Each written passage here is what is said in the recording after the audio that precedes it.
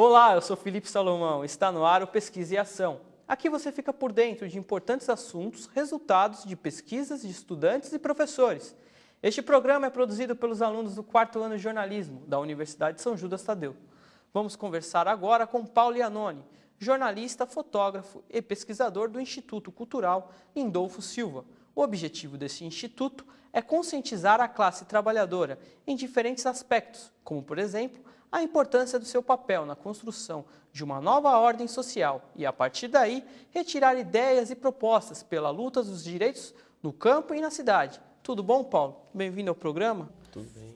Paulo, qual a origem do Instituto? Esse texto inicial é interessante porque ele fala de transformação da ordem. Ele nasce justamente a partir de alguns intelectuais, de alguns estudantes, de alguns militantes sociais com a ideia de debater e criar um instrumento de formação e de pesquisa mesmo para a classe trabalhadora como um todo, quando a gente aborda o campo sindical, principalmente quando se foca aqui, você tem a figura do Lindolfo, que é uma figura que trabalhou, uma figura histórica que trabalhou a questão do campo, então você faz esse resgate histórico para fazer um debate atual da questão do campo hoje na sociedade, da formação social que se tem hoje. Como que são esses debates? Como se dá esses debates em relação ao campo? O que o Instituto busca? O Instituto ele cria essas ferramentas que são grupos de estudos, grupos de pesquisa, alguma formação política para dar suporte, para ser base para a classe trabalhadora como um todo. No campo, como a gente vai fazer esse recorte, você tem o viés de pesquisadores renomados que fazem um trabalho hoje de pesquisa em várias cidades, em várias regiões. Tem Rio Preto, tem Jandira, Osasco, São Paulo mesmo, tem núcleos de estudo, núcleos de pesquisa, onde são formulados grupos orgânicos de estudo que vão gerar documentos para... Quais são esses pensadores, a base desses estudos? Olha, você tem uma série de pensadores e intelectuais. A linha de pensamento hoje abordada é uma linha científica com análise a partir do marxismo, que se tem um resgate também dessa linha. Enquanto a gente for falar de pesquisa científica, a gente está falando da posição objetiva que se faz de análise objetiva da sociedade. Então, você vai falar de formação estrutural no campo, então você vai falar dos grandes empreendimentos, das transnacionais, da chegada da reestruturação no campo a partir da década de 70, com intensificação na década de 90. E como é a sua pesquisa dentro do Instituto? Olha, o meu campo de pesquisa hoje ele está voltado aqui para a cidade de São Paulo. Eu sou coordenador de um grupo de pesquisa sobre o livro Capital, do Marx. Então, é uma pretensão de se debruçar a respeito dos estudos para a formação intelectual de quadros, para a formação intelectual de pessoas que estarão disponíveis a fazer esse debate na sociedade civil em geral. Ou seja, você está formando ali pessoas que estão dedicadas a fazer um estudo específico. Existiram várias interpretações e existem várias interpretações sobre a formação no campo e na cidade, e isso precisa ser bem recortado, bem aparado, sobretudo com o amparo da ciência e dos grupos de pesquisa. Então, assim, quais são os objetivos de fundar grupos de estudos e pesquisas assim, do Instituto? Qual é o objetivo realmente?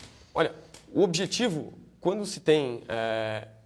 o objetivo final é sempre dar suporte para um novo pensamento ou para novas bases de pensamento para a humanidade. A partir do momento que se tem uma diferenciação clara do projeto estipulado hoje, nacionalmente e mundialmente, você tem uma forma de pensamento que vai por uma outra linha, que segue a linha, que pretende seguir a linha popular. E esses cursos de pesquisa e de estudos pretendem formar base para um diálogo amplo com a sociedade como um todo, né, no conjunto. Voltando à questão agrícola, como está hoje a estrutura fundiária do Estado de São Paulo? Olha, você tem o último censo, eles registram a concentração fundiária hoje, a concentração de terras hoje no Brasil, ela está superior à década de 20. Né? Então, é uma coisa que soa até como absurdo, se for comparado períodos, dado a importância e o transcorrer histórico que teve nesse meio tempo. Ou seja, isso denota um fato que é preocupante para a sociedade, ou seja, você tem a incursão de transnacionais, você tem modelos sendo discutidos e intensificados de produção e monopolização das terras e dos cultivos que podem ser prejudiciais. Quais são esses modelos? Esses modelos de agrícolas de hoje em dia?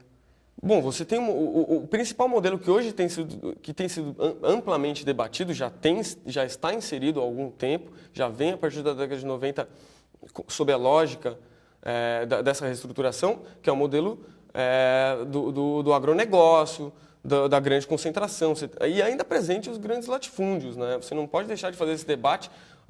Os movimentos sociais tentam fazer esse debate do limite da propriedade da terra para que não haja uma concentração intensa e para que se faça um debate da função propriedade, da função social daquela terra, né? Porque você está produzindo hoje, principalmente, para que isso seja exportado para fora como insumo. Então você tem uma incursão, por exemplo, na Amazônia, no Cerrado, e esse debate tem sido feito intensamente agora nos últimos tempos com o novo Código Florestal, proposto pelo deputado Aldo Rebelo. Então você faz, a partir daí, um novo ponto de um traçado de pesquisa. Quais são os prejuízos desses agricultores que estão no Cinturão Verde? Aí se está discutindo a função da propriedade na cidade, né, que vai influir, obviamente, no cinturão e no entorno dessas metrópoles e das grandes cidades. Quando você fala da função na cidade, você tem uma grande concentração também aqui, e o que faz o que foi falado, uma expulsão, uma grande concorrência. A especulação imobiliária aqui faz com que isso empurre essas pessoas para lá e vai fazer um grande tensionamento também nessas regiões que vão ser exploradas, seja da forma correta ou indevida. Agora, quando você vai discutir o tipo de produção, eu acho interessante hoje citar, por exemplo, as comunas urbanas que se tem no entorno também. Em Jandira você tem a comuna urbana que funciona como um assentamento do Dom Helder Câmara, tem em Franco da Rocha Dom Balduino. Então você tem um tipo de produção familiar da agricultura, um tipo de pensamento produtiva, digamos, mais avançada nesse sentido de ocupação da terra. Qual é a visão do Instituto, então, em relação a esse tema? Tem uma visão aprofundada sobre esse tema? O aprofundamento ele se dá de acordo com o que se estuda em determinadas regiões. Por isso que há essa segmentação regional e há o estudo específico, contextualizado, a partir dessas teorias essa forma de estudo. A partir disso, você faz uma avaliação crítica da situação de cada região, né? Qual tipo de cultura está sendo tratada em determinado ponto ou região. Tá bom. Paulo, fala um pouco sobre a organização de estudo do Instituto.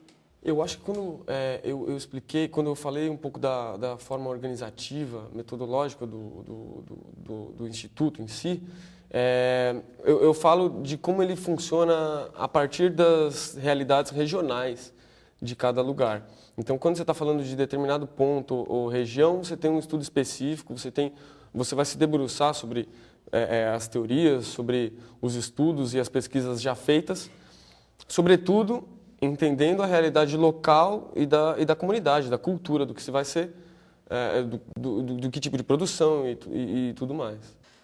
Bem, acabei de conversar com Paulo Iannone, jornalista, fotógrafo e pesquisador do Instituto Cultural Lindolfo Silva. Obrigado por sua participação aqui no nosso programa. E agora a Pesquisa em Ação vai para um rápido intervalo. Mas continue com a gente, voltamos já já com mais informações e curiosidades sobre o mundo das pesquisas.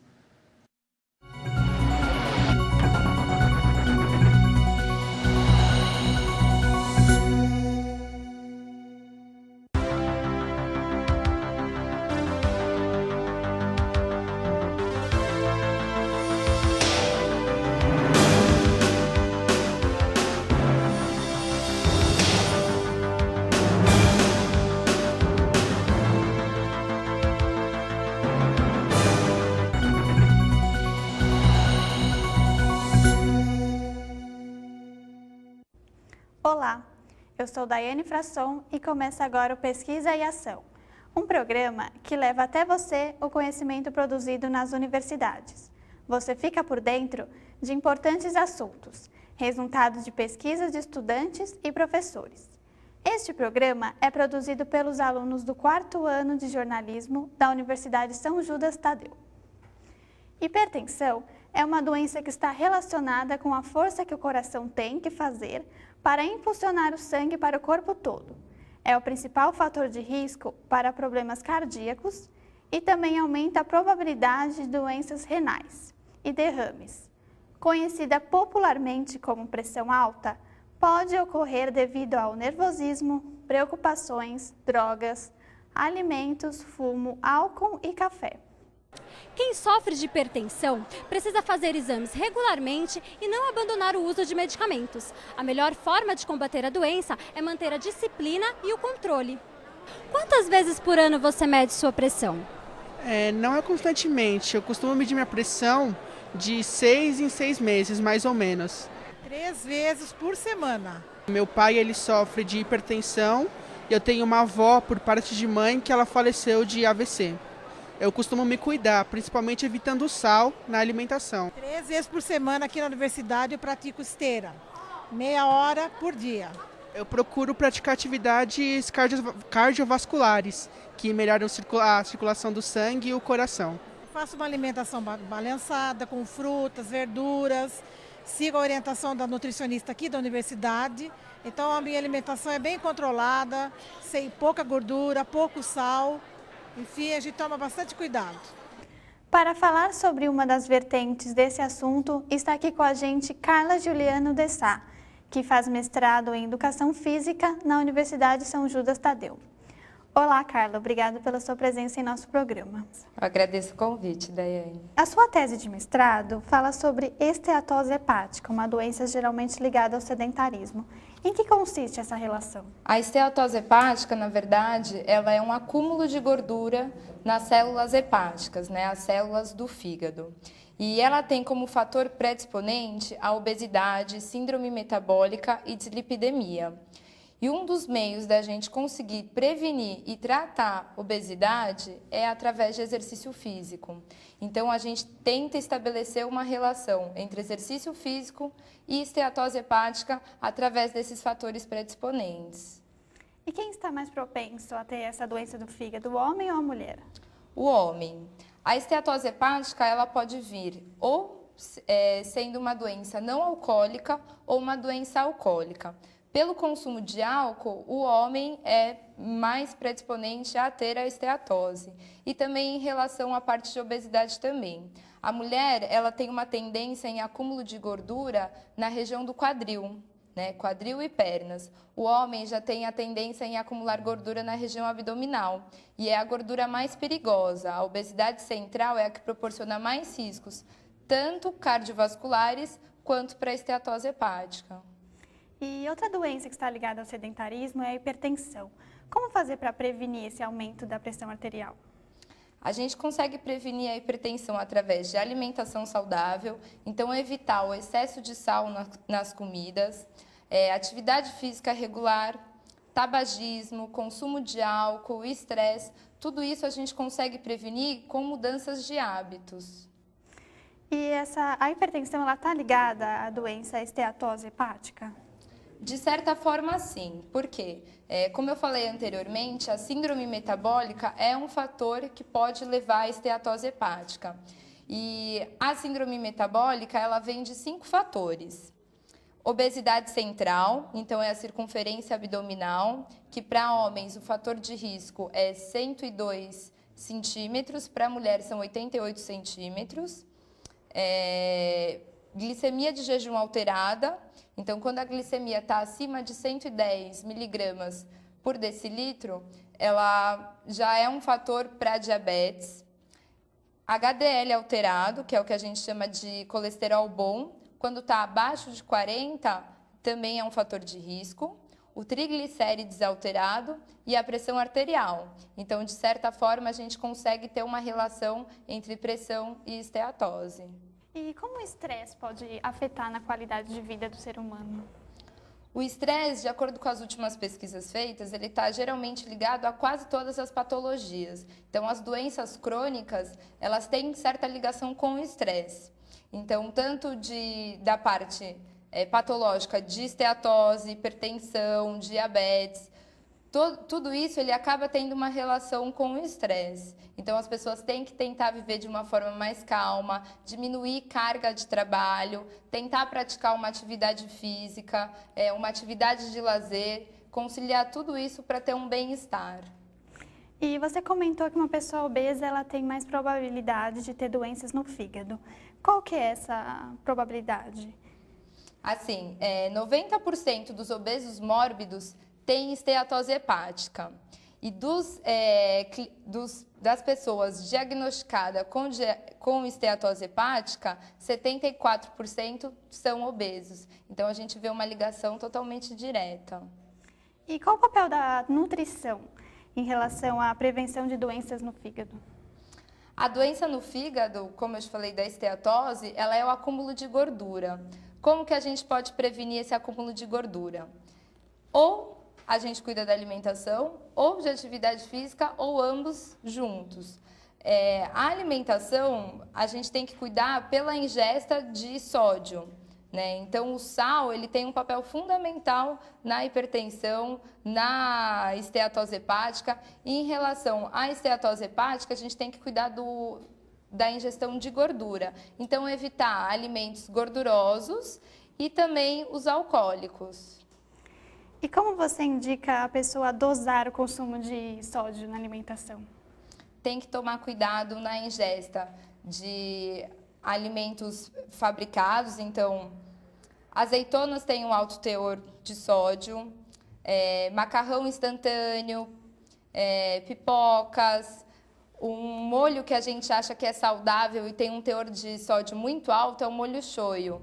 O que é recomendado, de acordo com as diretrizes brasileiras de hipertensão de 2010, é que a gente tenha uma ingesta de 5 gramas por dia de sódio.